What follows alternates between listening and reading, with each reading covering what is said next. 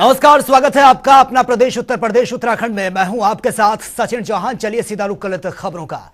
UP के deputy CM Keshav Prasad Maurya Bhadohi दौरे पर पहुंचे, जहां पर उन्होंने पहले बीजेपी कार्यालय में सांसद, विधायक और पार्टी के पदाधिकारियों के साथ मुलाकात की और जिले की मौजूदा स्थिति को उन्होंने जाना है। इसके बाद वो गजधरा गांव में पहुंचे हैं, जहां पर उन्होंने कई योजनाओं के लाभार्थियों को लाभान्वित भी किया है और कलेक्ट्रेट सभागार में अधिकारियों और कालीन उद्योग से जुड़े बड़े उद्योगियों के साथ समीक्षा बैठक की है।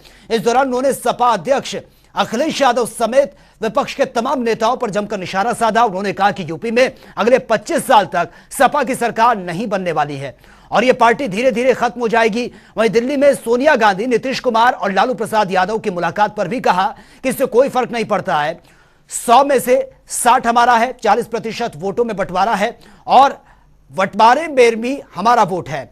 पीएम मोदी के नेतृत्व में 2024 में पहले से ज्यादा सीटें हम जीतेंगे। यूपी में 80 में से 80 सीट जीतकर केंद्र में सरकार बनाएंगे। वहीं उन्होंने नीतीश कुमार पर जमकर निशाना साधते हुए कहा है कि अगर वो यूपी से चुनाव लड़े तो उनकी जमानत जब्त हो जाएगी। नीतीश कुमार की हैसियत 2 सांसद की है।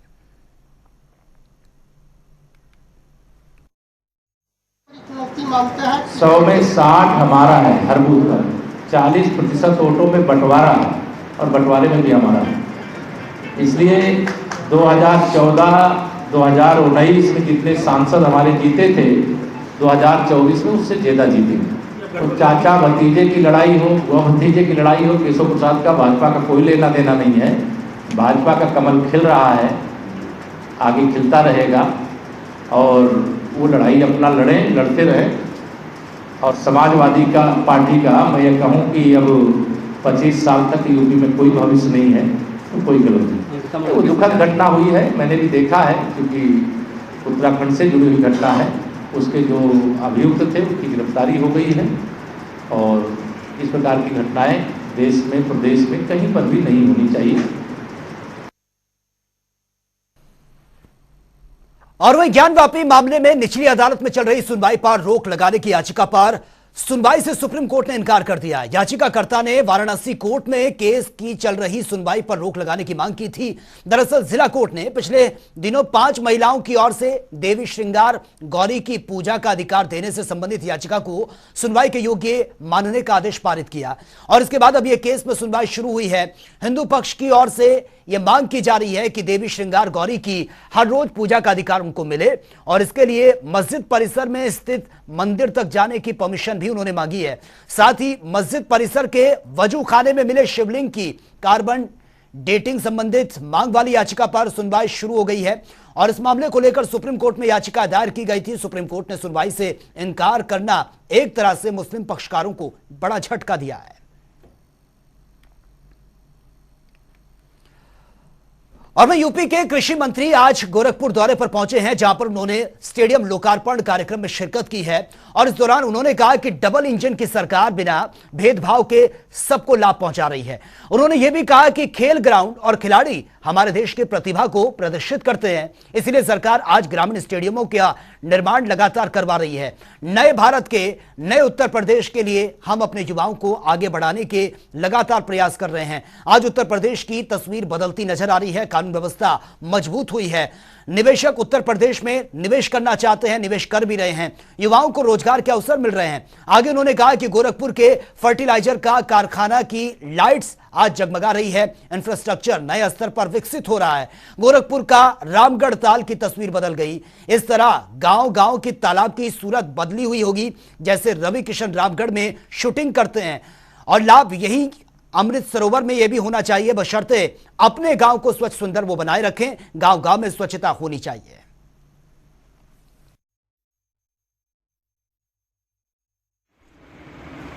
वो प्राकृतिक खेती और प्राकृतिक खेती को किए जाने पर जो इसे बंद किया गया है, उस कार्यक्रम को राज्य के भीतर गंभीरता से उसको साकार करने का काम करेगी और इसलिए जल्दी ही राज्य में प्राकृतिक खेती को बढ़ाए जाने के उद्देश्य से उत्तर प्रदेश प्राकृतिक कृषि बोर्ड का गठन भी किया जाएगा। और वे रामपुर से सपा विधायक आजम खान को योगी की पुलिस अब उन पर भरोसा नहीं रहा है। और आपको बता दें कि खबर के मुताबिक आजम खान ने अपनी सुरक्षा में लगे पुलिसकर्मियों को लौटा दिया है और कहा कि हमें तुम्हारी सुरक्षा की जरूरत नहीं है। वहीं विधायक बेटे अब्दुल्ला आजम खान के भी सुरक्षा में लगे गनर बिना किसी के बताए ही वो गायब हो गए हैं। सुरक्षा से लौटाए गए पुलिसकर्मियों ने रामपुर पुलिस लाइन में मामले की जानकारी दे दी है। आपको बता दें कि सपा विधायक आजम खान को प्रदेश सरकार से वाई श्रेणी की सुरक्षा के तहत 3 पुलिसकर्मी उनको दिए गए थे, तो वहीं विधायक अब्दुल्ला आजम को एक गनर सुरक्षा के लिए मिला है। लेकिन जानकारी के मुताबिक 22 सितंबर को दिल्ली से सुरक्षाकर्मी को छोड़कर अब्दुल्ला आजम गायब हो गए और 23 सितंबर को आजम खान ने भी अपनी सुरक्षा में लगे 3 गनर्स को वापस लौटा दिया है। मामले में पुलिस के वरिष्ठ अधिकारियों का कहना है कि सुरक्षा व्यवस्था तब वापस दी जाएगी जब बुलाया जाएगा। माननीय विधायक आजम खान साहब के पास 3 गनर थे, उन्हें वाई श्रेणी की सुरक्षा मिली हुई है।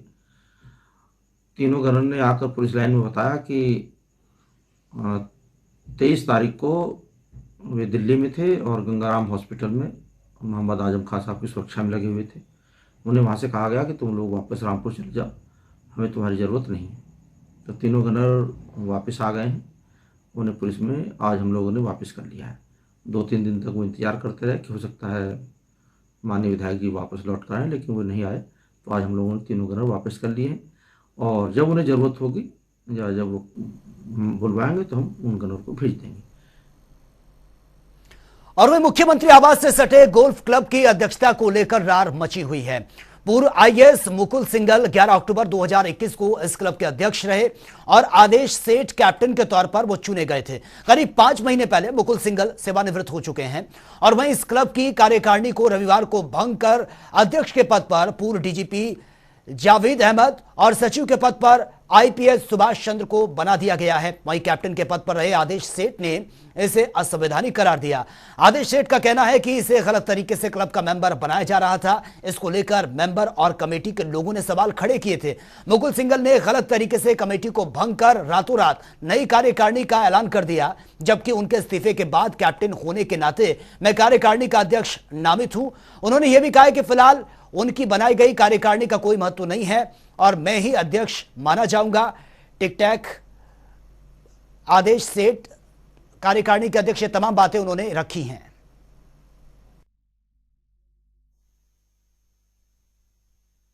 गोल्फ क्लब की अध्यक्षता को लेकर कल विवाद हुआ। एक एक्स डीजीपी जावेद अहमद को बताया गया कि उन्हें अध्यक्ष बनाया गया है, लेकिन और सचिव के तौर पर सुभाष चंद्र का नाम सामने आया। हमारे साथ कार्यकारी अध्यक्ष सतीश सेठ जी हैं। सर क्या मामला? आदेश सेठ जी, सर क्या मामला था, क्यों इतना हंगामा हुआ? सर कोई मामला नहीं था। मामले में एक मुद्दा था बायलॉज चेंज करने का, जिसको हम जो पिछली कमेटी ने कर दिया था, जो कि हमारे संज्ञान में आ गया था। वो हमने अपनी पहले कार्यकारिणी में कोशिश की कि उसको रिजॉल्व कर लिया जाए।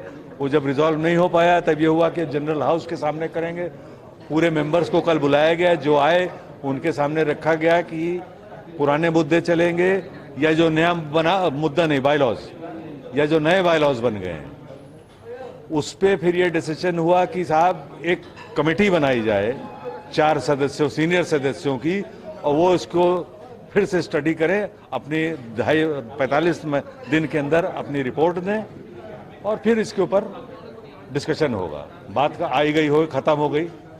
दूसरी मुद्दा था एजीएम में अकाउंट्स पास करने का, जिसको लेके अध्यक्ष साहब ने जो कि साइन भी किए हैं। Accounts duly audited accounts by the chartered accountant है, जो कि 10 साल से हमारे चार्टर्ड अकाउंटेंट हैं। उन्होंने दिए, इन्होंने उसको पे साइन भी किया है। फिर उसमें कुछ केविएट लगा दिया, कुछ कमेंट किया। कल कह दिया मैंने तो साइन नहीं किया, मैं नहीं पास करूंगा क्योंकि मुझको अकाउंट्स देखने नहीं दिए गए। तो ये सरासर झूठ बोला उन्होंने। उनको पूरे अकाउंट्स दिखाए। अगर उनको कोई उसमें मुद्दे थे जो उन्होंने लिखे थे, पढ़ देते कि साहब हमको ये नहीं नागवारा है। वो नहीं किया, उन्होंने सीधे कह दिया मैं नहीं पास करूंगा। 30 सितंबर को अकाउंट्स पास हो जाने चाहिए, हर सोसाइटी के नियम है सरकार का। तो इसलिए ये बुलाई गई थी, जब मुझे उन्होंने पास नहीं होने दिए और इसमें झंझट हुआ। मेंबर्स ने बवाल किया, क्यों क्या ऐसे वैसे।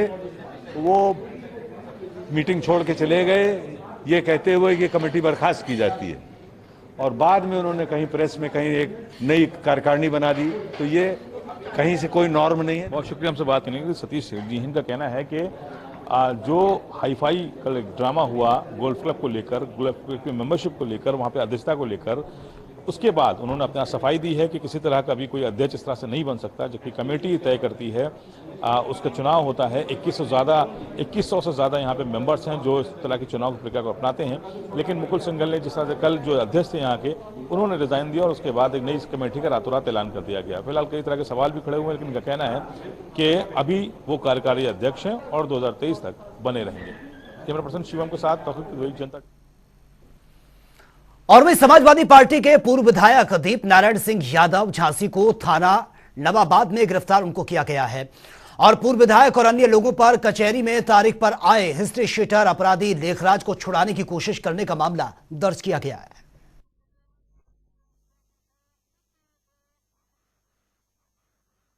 कन्नौज जेल से पुलिस अभिरक्षा में दुर्दांत और सजायाफ्ता अपराधी की पेशी थी जिसका नाम लेखराज यादव है।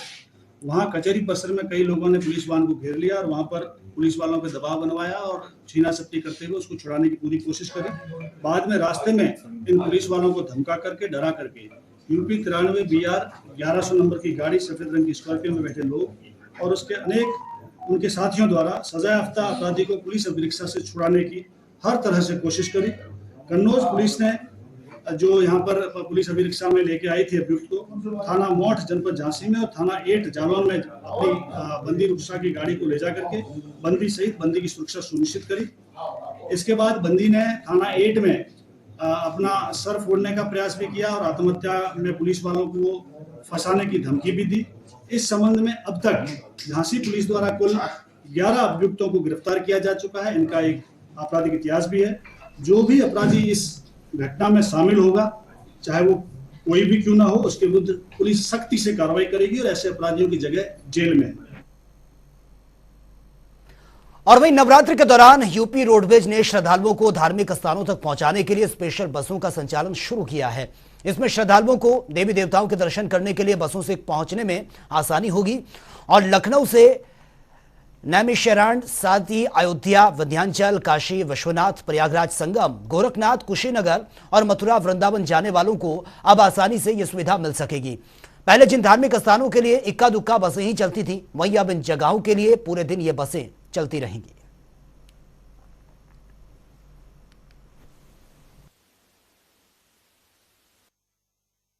आज से नवरात्र की शुरुआत हुई है। नवरात्र के मौके पर यूपी में श्रद्धालु तमाम तीर्थ स्थलों के लिए जाने के लिए परेशान होते थे, लेकिन इस बार रोडवेज के MD संजय कुमार ने उनके लिए विशेष व्यवस्था कर रखी है। रोडवेज ने मथुरा, वृंदावन, अयोध्या, प्रयागराज, वाराणसी, नैमिषारण्य सहित प्रदेश के जितने भी तीर्थ स्थल हैं उनके लिए विशेष बसों का प्रबंध किया है। हर आधे घंटे पर लोगों को बसें मिल रही हैं। जितने भी श्रद्धालु आते जा रहे हैं उनके लिए बसों का प्रबंध प्लेटफॉर्म पे किया जा रहा है। अधिकारी स्वयं इसकी मॉनिटरिंग कर रहे हैं और पूरी कोशिश है कि श्रद्धालुओं को किसी तरह की असुविधा न हो। कैमरामैन आशीष कश्यप के साथ TN मिश्रा, जनता TV, लखनऊ। और वहीं राजस्थान में चल रही राजनीतिक उठापटक को लेकर कांग्रेस नेता प्रमोद कृष्णम ने बड़ा बयान दिया है। उन्होंने कहा कि गहलोत बड़े नेता हैं, लेकिन पार्टी से बड़े नहीं हैं, गांधी परिवार से बड़े नहीं हैं। अगर वो सोच रहे हैं कि कांग्रेस पार्टी और गांधी परिवार उनके सामने झुक जाएगा, तो इस गलतफहमी को वो निकाल दें, क्योंकि ये वही गांधी परिवार है जो नरेंद्र मोदी के आगे भी नहीं झुका है। वहीं दूसरी ओर उन्होंने ये भी कहा है कि कोई विधायक पार्टी को छोड़कर नहीं जा रहा है। यह कुछ लोगों की कांग्रेस पार्टी को बदनाम करने की साजिश है। देखिए, अशोक गहलोत जी बहुत बड़े नेता हैं, लेकिन कांग्रेस पार्टी से बड़े नहीं हैं। कांग्रेस नेतृत्व से बड़े नहीं हैं। ये तो खुली बगावत है। राजस्थान में मल्लिकार्जुन खड़गे और अजय माकन जी की तौहीन नहीं हुई है, उनका अपमान नहीं हुआ है, तो कांग्रेस लीडरशिप का अपमान है। और किसी भी नेता को ये याद रखना चाहिए कि ये गांधी परिवार है।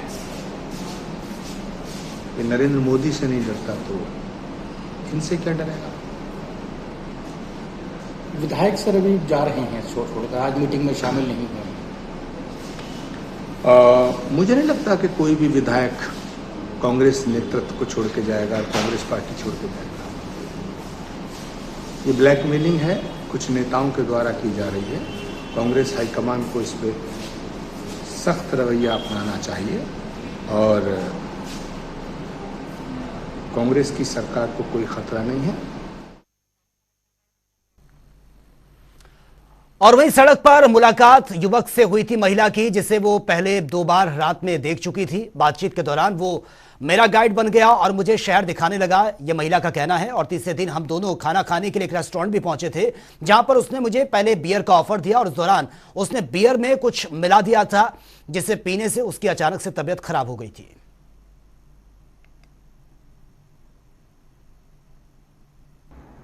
एक फ्रांसीसी महिला के द्वारा थाना भेलूपुर में एक शिकायत कल दोपहर को दी जाती है, जिसमें उनके द्वारा ये आरोप लगाया जाता है कि एक अज्ञात व्यक्ति ने उन्हें शराब में कोई पदार्थ मिलाकर ऑफ़र किया।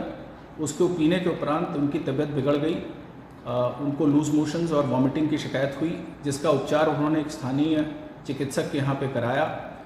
इस प्रकार की घटना दोबारा ना हो, इस आशय के साथ इस महिला ने थाना भेलूपुर को इसकी जानकारी दी थी। तत्परता से हम लोगों ने मुकदमा पंजीकृत करके सीसीटीवी फुटेज के आधार पर और सर्विलांस के आधार पर इस संदिग्ध व्यक्ति की शिनाख्त कर ली। उसे हिरासत में लेकर पूछताछ हम लोग की जारी है और शीघ्र ही जो विधि अनुरूप कार्रवाई होगी उसे हम लोग सुनिश्चित करेंगे। साथ ही साथ चूँकि एक विदेशी महिला के साथ ये घटना घटित हुई है, तो उनके दूतावास को भी इसकी औपचारिक जानकारी हमारे स्तर से दी जा रही है। और वहीं कन्नौज में मलिकपुर ग्राम सभा के प्रधान प्रतिनिधि ने एसपी को प्रार्थना पत्र देकर स्टेट शेटर पर कार्रवाई की मांग की है। बताया जा रहा है कि एसपी को स्टेट शेटर का आपराधिक रिकॉर्ड सौंपते हुए प्रार्थना पत्र देकर प्रधान प्रतिनिधि ने जान का खतरा बताया है। साथ ही स्टेट शेटर तहसीन पर महिला के साथ में झूठे मुकदमे में फंसाने का आरोप लगाया और जांच करवाकर मुकदमा खत्म कराने की मांग भी की है।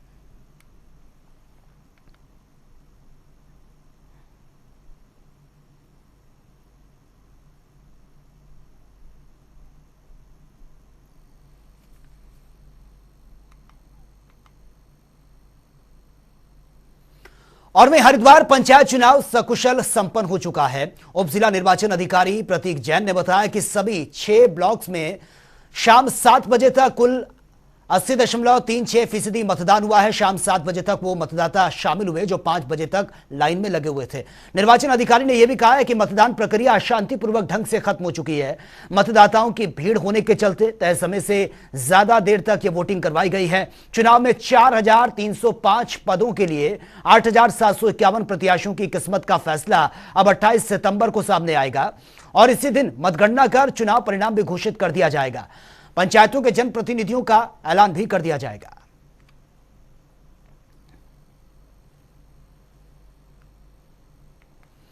और वहीं अंकिता हत्याकांड के मामले में भले ही अंकिता का अंतिम संस्कार हो गया हो, लेकिन लोगों में आक्रोश कम होने का नाम नहीं ले रहा है।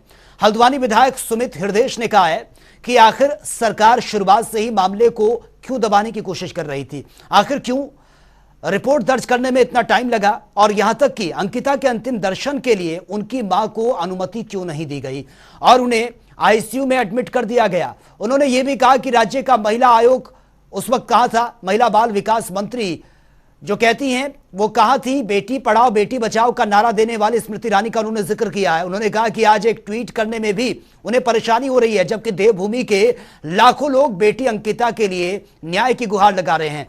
सरकार अगर अंकिता को न्याय नहीं दिला पाई तो यह देवभूमि के लिए शर्मसार कर देने वाली घटना होगी। से देवभूमि शर्मसार हुई है और जिस प्रकार से पूरा प्रकरण हुआ है और पहले 3-4 घंटे जिस प्रकार से पुलिस ने संज्ञान लेने से भी एक तरीके से इनकार करा और एक संरक्षण देने का प्रयास हुआ, क्योंकि सत्तारूढ़ पार्टी के पदाधिकारी पूर्व राज्य मंत्री उनका परिवार था। और जिस प्रकार से देखिए सोचना पड़ेगा, स्मृति ईरानी कहाँ है? बेटी पढ़ाओ बेटी बचाओ नारा देना अच्छा है, पोस्टर पे अच्छा है। स्मृति ईरानी जी ने अभी तक ट्वीट क्यों नहीं करा? स्मृति ईरानी जी ने संज्ञान क्यों नहीं लिया? स्मृति ईरानी जी क्या कर रही है? केवल देश में नारेबाजी करके भारतीय जनता पार्टी सोच रही है कि कार्य की पूर्ण तरीके से वो अपने कार्य पूर्ण कर रही है, कर्तव्यों का निर्वहन कर रही है। एक हमारी बच्ची, इस प्रदेश की बच्ची जिसके साथ इतने समय से शोषण हो रहा है, जो धीरे धीरे बात निकल के आ रही है, और जिस प्रकार से हत्या कर दी जाती है, और पुलिस प्रशासन वाकई में मित्र पुलिस कभी कभी सोचने का विषय है कि ये मित्र किसके लिए है। तो इसलिए जो पूरा प्रकरण है बड़ा शर्मसार करने वाला है, सर झुका हुआ है। और वहीं राजधानी देहरादून में कांग्रेस अध्यक्ष करण माहरा ने प्रेस कॉन्फ्रेंस की है। इस दौरान पूर्व अध्यक्ष गणेश कोदियाल, विधायक मदन बिष्ट समेत कांग्रेस के सीनियर नेता भी मौजूद थे।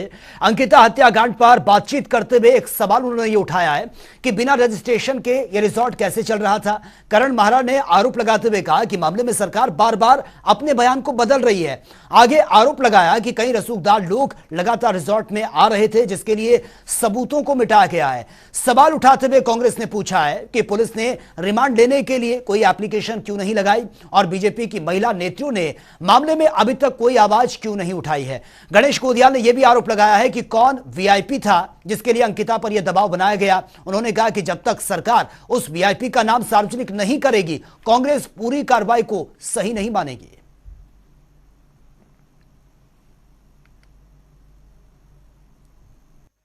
कि सरकार तो बुलडोजर भेज के वाहवाही लूट रही थी, फूल माला पहनने के लिए तैयार थी।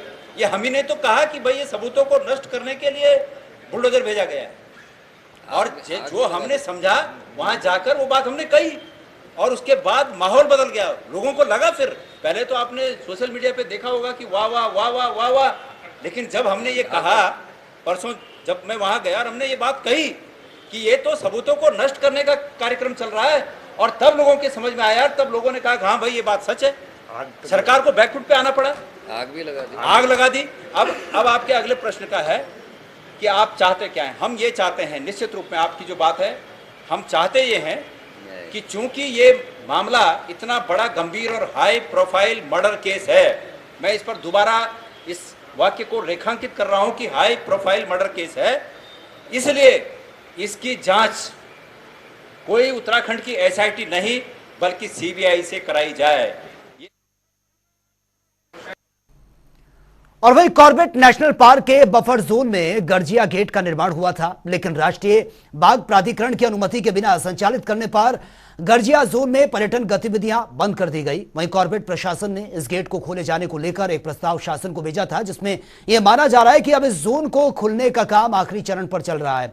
कॉर्बेट प्रशासन सुरक्षा के चलते इस गेट को रिगोंडा क्षेत्र में शिफ्ट कर रही है, क्योंकि पार्क प्रशासन का यह कहना है कि गार्जिया की तरफ से पहाड़ियां हैं, जिस वजह से उसको रिगोंडा क्षेत्र की ओर शिफ्ट करने का काम किया जा रहा है। और इसी को लेकर आज गार्जिया और ढिकुली क्षेत्र के दर्जनों पर्यटन कारोबारियों ने क्षेत्रीय विधायक दीवान सिंह बिष्ट के साथ कॉर्बेट के निदेशक धीरज पांडे से खास बातचीत भी की है। इस दौरान विधायक प्रतिनिधि मदन जोशी ने यह बताया है कि गार्जिया जोन को अलग अलग जगह से खोले जाने की मांग कारोबारियों की तरफ से की जा रही है। कुछ कारोबारियों का यह भी कहना है कि गार्जिया से खोला जाए, और कुछ लोगों का कहना है कि रिगोंडा क्षेत्र से इसको खोला जाए। उन्होंने कहा है कि इसमें रास्ता निकाला जा रहा है, एक तरफ से पर्यटकों को एंट्री होगी और दूसरी तरफ से वो एग्जिट हो पाएंगे।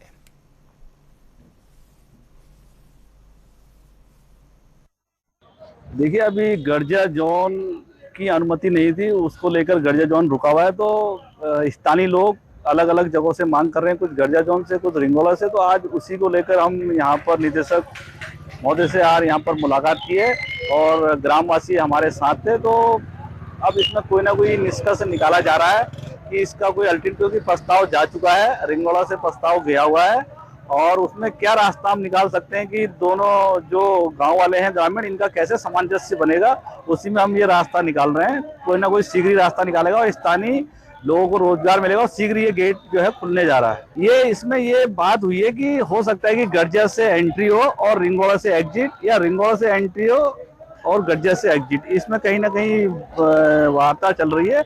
इसमें 2.5 घंटे की वार्ता चली है, और कहीं ना कहीं इसमें एक जगह से एंट्री होगी और एक जगह से एग्जिट होगा, ये निष्कर्ष निकला है। और वहीं आम आदमी पार्टी उत्तराखंड ने अंकिता भंडारी हत्याकांड का केस निःशुल्क लड़ने का फैसला किया है। आप कार्यालय में आयोजित पत्रकार वार्ता में संगठन समन्वयक जोत सिंह बिष्ट ने कहा है कि आम आदमी पार्टी लीगल विंग के प्रदेश अध्यक्ष अरविंद वर्मा इस केस को निःशुल्क वो लड़ेंगे और वहीं जिला कोर्ट से लेकर सुप्रीम कोर्ट तक आप इस लड़ाई को लड़ने के लिए पूरी तरह से तैयार है।